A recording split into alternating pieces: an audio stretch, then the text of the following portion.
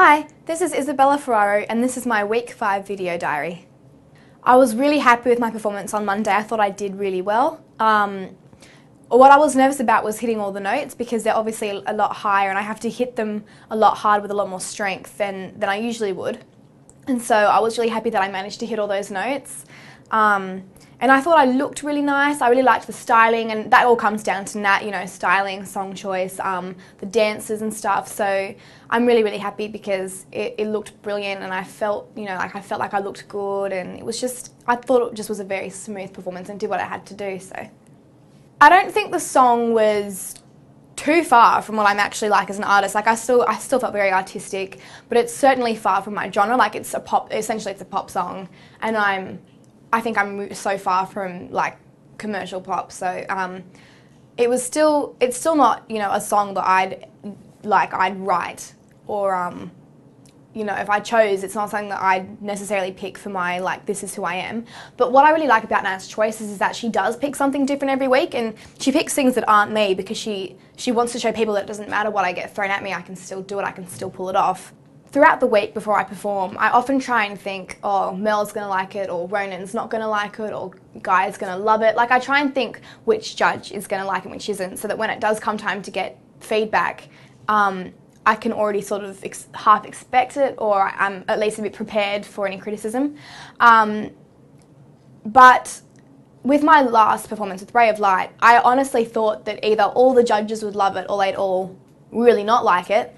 So I was really surprised that the comments were a mixed bag. I mean, Ronan didn't like it at all, and then Mel thought it was my best performance ever. So it's such a contradiction when one judge is, you know, one way and then the other judge is in the opposite direction. Like, it's so confusing because I didn't know what to think of my performance after that, because I wasn't sure if it was good or it was bad, because they didn't, as judges, they didn't collectively agree. They all had different opinions. As much as I, you know, love Mel's comment, I don't think it was better than my audition. I still think my audition is the best performance I've done on the show, but that is because I had the time to fall in love with the song, and I think also I've had months to prepare for that. I had months, and I've obviously been singing the song for years, so I know where I want it to sit and stuff, and that's why I don't think anything will ever top that. But I mean, it was still the most amazing compliment, especially because it was from Mel. So I'm now in top 8, and that's incredible because 90,000 people auditioned, and top 8 is obviously a very small minority of everyone who auditioned, and the fact that I'm still in the competition because people are voting for me is nuts, and it's so inspiring.